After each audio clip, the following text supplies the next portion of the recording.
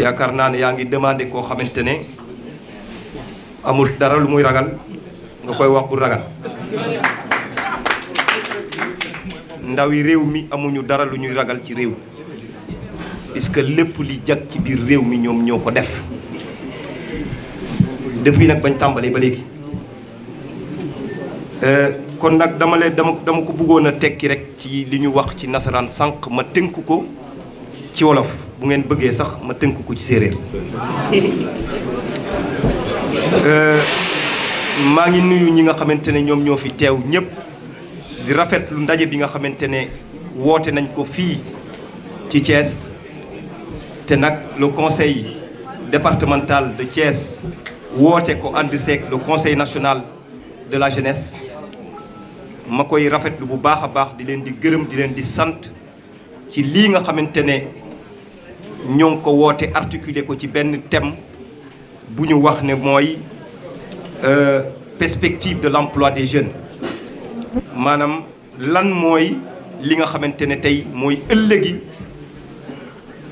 xëy ndaw ñi ci biir réew mi rawatina fii nga xamante ne moom mooy Thiès loolu nag mbégte bu rëy laa ci am pour ñëw ànd ceeg yéen tey waxtaan ci buñ ciy waxtaan nag dafa am loo xamante ne day baax ñu fàttali ko ci problème bii nga xamante ne am na muy problème yi xëy ndaw ñi que nekkul ci biir réew mi rek la posé woo comme problème loolu tey jéggi na sunuy frontière ba dem ci àdduna bi yëpp rawatina fii nga xamante ne tey mooy Afrique mu am ci nag ay jàngat yu baree bari yoo xamante ne ay boroom xam-xam def nañ ko ba génnee ko mu nekk loo xamante ne tey base la ci ñun pour ñu sukkandiku ci xool nan la ñuy analyser loolu ba pare nan la ñuy proposer solution yi nga xamante ne mooy solution yi war a jàppale ndaw ñi pour lii nga xamante ne moo jëm ci wàllum xëy puisque jàpp nañ ne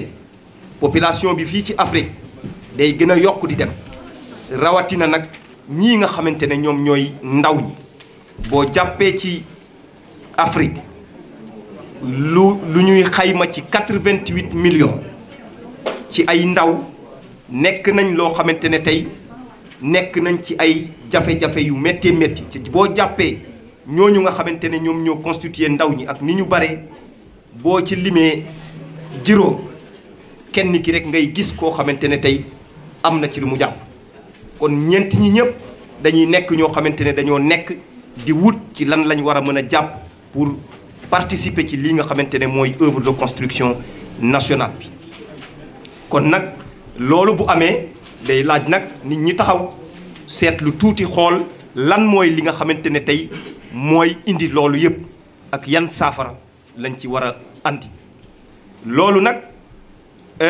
am na ay saafara yoo xamante ne tàmbali nañ ko ba son excellence monsieur le président de la république Macky Sall ba mu yegsee ak loolu nga xamante ne tey mooy vision bi mu tëral muy le plan Sénégal émergent am na ci taxawaay bu am solo boo xamante ne am na ko jëmale ko ci lii nga xamante ne moom mooy ndaw ñi du ma dellu siwaat sax ci li nga xamante ne tey mooy doon def la politique nationale de jeunesse puisque loolu nag dafa gudd puisque président fa mu ko xalaatee moom moo sori mooy xale bi ba mu juddoo rek la président commencé di wax ne foofu lay tàmbalee politique nationale de jeunesse ci dafa war a bu juddoo dañ ko war a déclarer wutal ko këyit waaye tamit duggal ko école fexe it ba mu des ci école bi loolu mooy li nga xamante ne moom la bourse familiale di tekki loolu foofu la tàmbali ba noonu ngay dem ci élargissement de la carte universitaire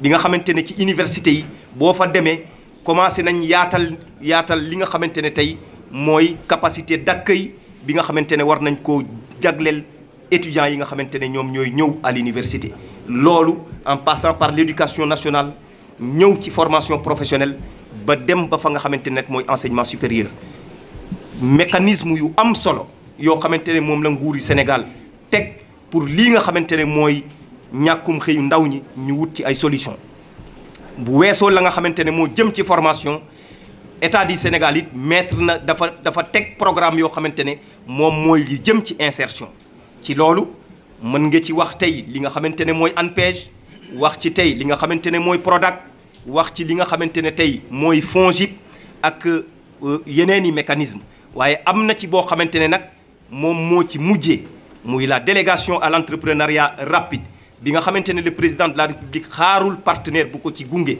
moom ci boppam ci budget Sénégal la jël lii nga xamante ne mooy 30 milliards de francs CFA jagleel ko ndaw ñi ak jigéen ñi ci la nga xamante ne mooy ñi am ay projet bëgg a dem ci li nga xamante ne moom mooy entrepreneuriat te loolu fii nga xamante ne fii laa toog muy Thiès la délégation à l'entrepreneuriat rapide ñëw na fi waxtaan ak autorité administrative yi ak lépp lu jëm ci organisation de jeunesse yi nga xamante ne ñoom ñoo nekk ci biir région bi te tey ba alloué leen benn enveloppe boo xamante ne ñu ngi koy xayma près de 2 milliards de francs CFA puisque nag 1 milliard 900 millions de francs CFA lañ jagleel fii nga xamante ne tey mooy la région de Thiès.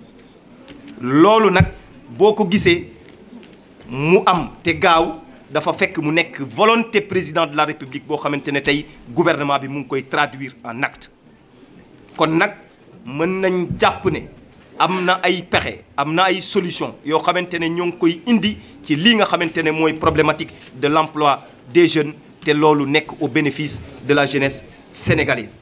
donc man jàpp naa ne kat lii mooy li nga xamante ne tey moom moo koy tënk ci kanam nag dinañ fi dellu siwaat pour waxtaan ci li nga xamante ne mécanisme yooyu yëpp nga xamante ne teg nañ ko lan mooy yoon yi nga xamante ne foofu la ñu war a mën a jaar par yi pour yéen ndaw ñi ngeen mën a saisir yooyu opportunité. man jàpp naa ne nag état bi bu jëlee volonté boobu yëpp ak engagement boobu yëpp di ko def li ci des nag ci ñun ñii la desee ñun ñi nga xamante ne ñooy ndaw ñi pour ñu saisir opportunité yi comme ni ko tubaab nasaraan di waxee la balle est dans notre camp.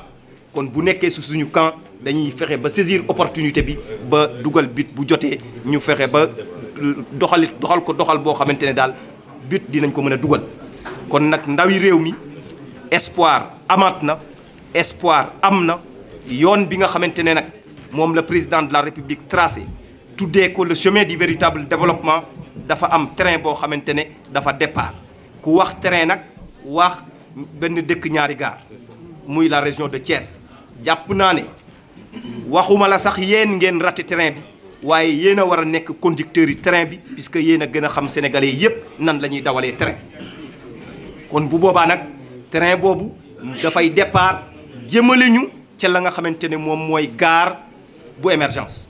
gare bu émergence bi nag jàpp naa ne kenn du ci tardé rawatina ndaw ñi nga xamante ne ñoo nekk ci biir région de Thiès. ci loolu may gërëm di sant bu baax a baax partenaire technique ak financier yi nga xamante ne tey du ñu tay di accompagner le gouvernement du Sénégal waaye tamit di accompagner ñi nga xamante ne mooy ndawi réew mi. ci ñooñu nag am na ci ñoo xamante ne ay chef d'entreprise lañ am na ci ñoo xamante ne ay chef d'établissement privé lañ ci wàllum formation ci wàllum njàngale fii ci région de Thiès. nag maa ngi rafetlu bu baax a baax la présence massive ci ñooñu nga xamante ne ñoom ñoo ŋànk boobu secteur te accompagner gouvernement bi ci lii nga xamante ne mooy wut ay solution ci problème yi xëyi ndaw ñi. donc maa ngi gërëm ñëpp di sant ñëpp ñi nga xamante ne ñoo ngi fi di leen di jox rek am na ñaari panel yoo xamante ne war nañ ko ubbi ci kanam. benn bi APIX moo ko war a def mu nekk les opportunités de financement waaye tamit lii nga xamante ne moom mooy le ministère du tourisme am na ay opportunités yu bëree bëri yoo xamante ne nekk na ci secteur yi tourisme avec les nouveaux métiers du tourisme. xëy na xam naa bu ci exposé dina fexe ba woon leen yoon bi nga xamante ne tey war ngeen faa mën a jaar pour lii nga xamante ne mooy emploi des jeunes ñu mën ko ñoŋal ci biir réew mi. délégation à l'entrepreneuriat rapide boobu de nekkul bi mujjee puisque gouvernement du Sénégal am na projet bu mag boo xamante ne mu ngi koy waxtaane démb rek amoon nañ ci réunion autour du premier ministre mu nekk le projet d'employabilité des jeunes avec la Banque mondiale bi nga xamante ne xaalis bu baree la te dafa nekk en phase finale d'élaboration pour que loolu bu ñu ko tàmbaliwaatee aussi man jàpp naa ne ci lu bari dina fi créer générer emploi yu bari. te gëm naa ne le président waxante woon ak jeunes yi ci wàllum problématique emploi des jeunes dépassé nañ ko sax waxuma la mat na waaye dépassé nañ ko bu yàgg puisque ku xool réew mi yëpp xam ne foo dox foo teg sa tànk gis fa chantier du ay guinéen du ay gambien ay sénégalais rek a fiy liggéey kon sénégalais yooyu voilà le plan Sénégal émergent maa ngi gërëm ñëpp di sant ñëpp. Je devais même pas prendre la parole, c'est un cadre très administratif, mais je pense que les jeunes me font toujours l'amitié à la faveur de me faire participer à leur rencontre. Donc je les salue tous et je me réjouis d'être présent ici. On dit, dis-moi quelle jeunesse tu as, je te dirai quel pays tu auras. La jeunesse, elle n'est pas seulement une question d'avenir, c'est le présent. Si nous voulons construire ce pays, il est extrêmement important d'investir dans la jeunesse. Mais surtout, de laisser la jeunesse parler elle-même de ses problèmes. Le Sénégal a une jeunesse ingénieuse, déterminée, engagée, instruite. Si on la laisse elle-même réfléchir sur ses problèmes, elle est capable de proposer des solutions pour les prendre en compte. Donc ce forum est non seulement opportun, il est important et c'est une démarche qu'il faut saluer, encourager et accompagner. C'est pourquoi moi je tiens particulièrement à remercier et féliciter M. Babacar Fall pour cette initiative. Vous savez, vous le dites, la zone économique spéciale intégrée. Il faut rêver. La vie, c'est un rêve, c'est l'espoir. La Silicon Valley qui existe aux États-Unis, nous pouvons l'avoir ici à Thiénaba. Nos vœux, c'est que cette zone puisse être à l'image de la Silicon Valley qu'on a aux États-Unis, qui emploie, qui allie formation, emploi, débouchés. Et ça, c'est possible avec l'engagement, la détermination et l'ingéniosité de notre jeunesse. Autre chose, c'est accompagner tout ce que le président fait actuellement. Depuis 1960 jusqu'à nos jours, l'éducation au niveau du Sénégal était basée sur un paradigme d'enseignement général. Aujourd'hui, le président de la République est en train de changer ce paradigme éducationnel. On ne peut pas donner des emplois à des gens qui ne sont pas formés. Il faut aller vers la formation professionnelle, donner du métier à la jeunesse. Et c'est aujourd'hui ce paradigme éducationnel que le président Macky Sall est en train de changer. Et ça, c'est essentiel. Après la formation, il faut mettre en place des outils. Je pense que le ministre reviendra sur cela. Je ne voudrais pas, monsieur le ministre, m'immiscer trop dans vos domaines, mais c'est l'enthousiasme qui m'accompagne à chaque fois qu'il s'agit de parler de la jeunesse, de ce que le président fait pour la jeunesse et surtout de notre responsabilité à nous autres qui avons voilà, des positions dans le gouvernement ou dans l'État d'accompagner la jeunesse pour permettre à ce pays d'avancer parce que le pays ne pourra pas avancer sans une jeunesse. Je vous remercie, monsieur le ministre. Merci. En charge des affaires diplomatiques, monsieur le secrétaire général du ministère du Tourisme, monsieur le préfet du département de Thiès, monsieur l'adjoint au gouverneur chargé des affaires administratives, monsieur le promoteur de la GECIT, mesdames, messieurs les chefs de services régionaux et départementaux, monsieur le président du Conseil national de la jeunesse, monsieur le président de CCJ, CAJ et CRJ de Thiès, mesdames, messieurs, en vos rangs et qualités, mesdames, messieurs, chers jeunes, honorables invités. C'est un plaisir et une joie immense pour moi, monsieur le ministre de la Jeunesse, en ma qualité de président du Conseil départemental de la jeunesse, de vous souhaiter la bienvenue à Thiès, la cité du rail. Aujourd'hui, tout est à l'honneur de la région qui accueille ce forum dont le thème porte sur les potentialités et les perspectives d'emploi des jeunes dans la région de Thiès. Mesdames, messieurs, vous conviendrez avec moi que l'État ne doit plus être le seul pourvoyeur d'emploi pour les jeunes.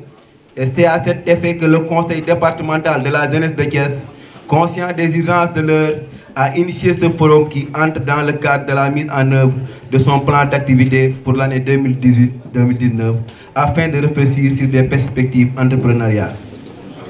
Par ailleurs, son Excellence, Monsieur le Président de la République, M. Macky Sall, depuis son accession à la magistrature suprême, a mis en place de nombreux mécanismes de financement des projets de femmes et de jeunes, à savoir l'ANPES, le PAPES, le FONSIP, le PRODAC,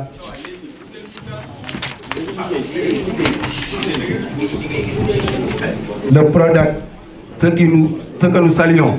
Malgré cela, l'emploi des jeunes demeure une problématique qui nécessite l'implication de tous afin de réfléchir sur des solutions durables. C'est pourquoi Monsieur le Président de la République du Sénégal a en outre déclaré 2018 l'année sociale à travers la création de la délégation de l'entrepreneuriat rapide qui prône un mécanisme de financement plus souplesse avec un taux d'intérêt de 5% très abordable pour la jeunesse. Ainsi, pour accompagner le chef de l'État dans ses efforts, des patriotes sénégalais ont initié des projets de grande envergure dans le département de Thiès, à savoir la zone économique spéciale intégrée de Thiénaba. Je veux nommer M. Babacar Fall de la jeunesse apprécie. Pour ce faire, Monsieur le ministre, le Conseil départemental de la jeunesse lance un appel à l'endroit de l'administration territoriale, des collectivités locales et surtout de la jeunesse à s'approprier les initiatives nobles entreprises jusqu'ici par l'État pour une réponse à l'emploi des jeunes. Monsieur le ministre, vous êtes conscient du fait que le sous-emploi et le chômage des jeunes constituent les principales causes de l'exode rural, mais surtout de l'immigration clandestine et son corollaire de conséquences néfastes. C'est fort de cela, Monsieur le ministre, Mesdames, Messieurs, que la jeunesse de Thiès, par ma voix, vous manifeste son engagement à contribuer à la promotion de leur insertion socio-économique et de l'emploi à Thiès. Je ne saurais terminer sans pour autant vous remercier, Monsieur le ministre, ainsi qu'à vos collaborateurs de la nouvelle touche apportée au ministère de la Jeunesse, de la Construction citoyenne et de la promotion du volontariat. Pour terminer, vous me permettrez, Monsieur le ministre, Mesdames, Messieurs, de lancer un vibrant appel à tous à œuvrer pour une meilleure orientation de la jeunesse du Sénégal en général et celle de la région de Thiès en particulier à la création d'emplois. Merci de votre aimable attention. La construction citoyenne et de la promotion du volontariat, Monsieur le ministre conseiller, Monsieur le secrétaire général du ministre du Tourisme, Monsieur le gouverneur de la région de Thiès, Monsieur le préfet du département de Thiès, Monsieur le directeur général de l'ANAMO,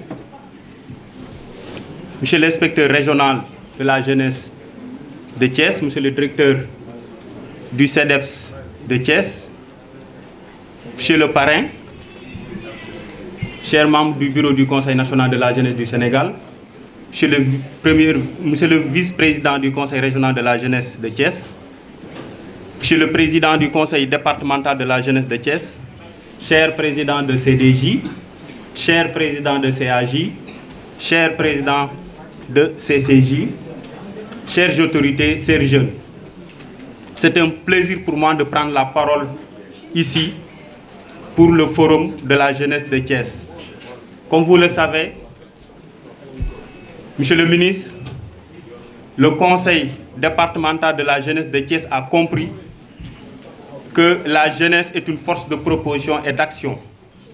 Raison pour laquelle ils ont organisé ce forum pour apporter leur contribution dans le cadre de la mise en œuvre de l'année sociale décrétée par son Excellence, Monsieur le Président de la République Macky Sall. Monsieur le ministre, le Conseil national de la jeunesse du Sénégal et ses démembrements au niveau de la région de Thiès va contribuer à la mise en œuvre de cette année sociale-là. Et pour ce faire, Monsieur le ministre, la région de Thiès mettra à la disposition de l'État 50 jeunes formés en topographie pour accompagner l'État dans le cadre du PUDC, mais aussi dans le cadre de la réalisation des pistes au niveau des zones rurales. Et le 15 sera la cérémonie de remise des attestations aux 50 jeunes de la région de Thiès.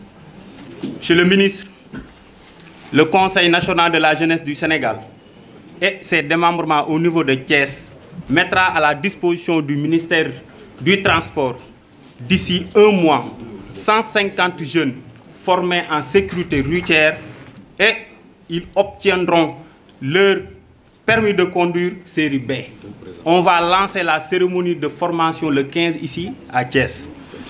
Monsieur le ministre, le Conseil national de la jeunesse du Sénégal, en partenariat avec le Conseil départemental de la jeunesse de Thiès, mettra aussi à la disposition des entrepreneurs du patronat, 15 jeunes formés sur les métiers de la boulangerie et de la pâtisserie. Et le démarrage de la formation se fera le 17 de ce mois-ci.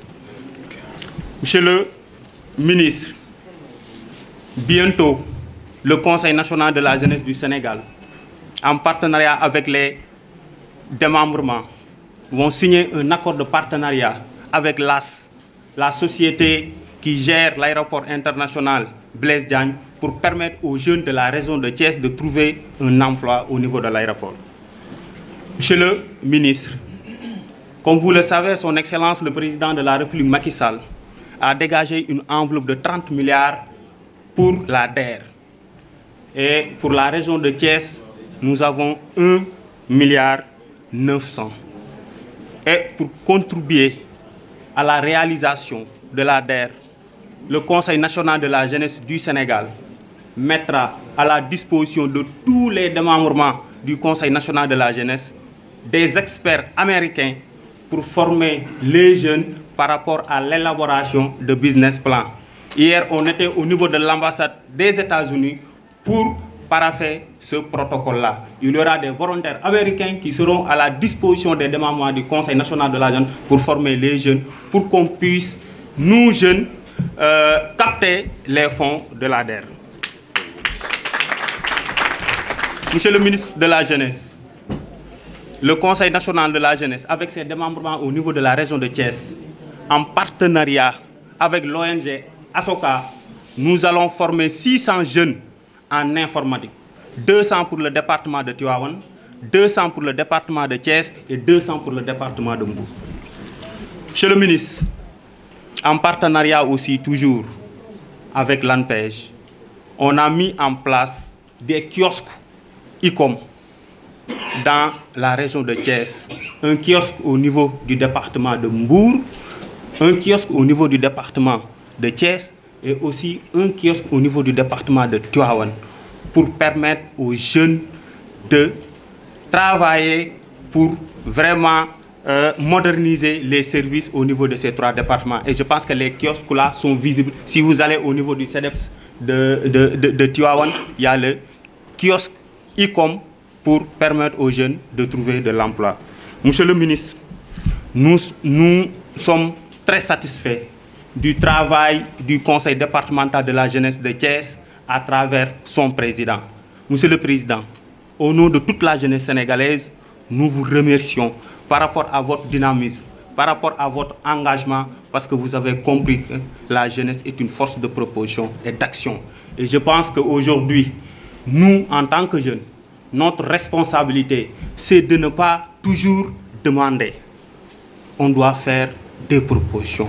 Et je pense qu'aujourd'hui, c'est une réalité. Parce que ce n'est pas facile d'organiser un forum de ce genre. Je ne dirais pas que c'est un forum départemental, mais c'est un forum national, parce que toute la jeunesse sénégalaise est là. Merci beaucoup, Monsieur le Président du Conseil départemental de la jeunesse, avec tous ses collaborateurs, et félicitations par rapport à la bonne organisation de ce forum. En tout cas, moi, personnellement, j'ai été très séduit par rapport à l'organisation de ce forum, parce que nous, on sait que ce n'est pas facile d'organiser des forums et réussir l'organisation. Maintenant aussi, nous devons remercier nos partenaires, parce que l'État ne peut pas tout faire.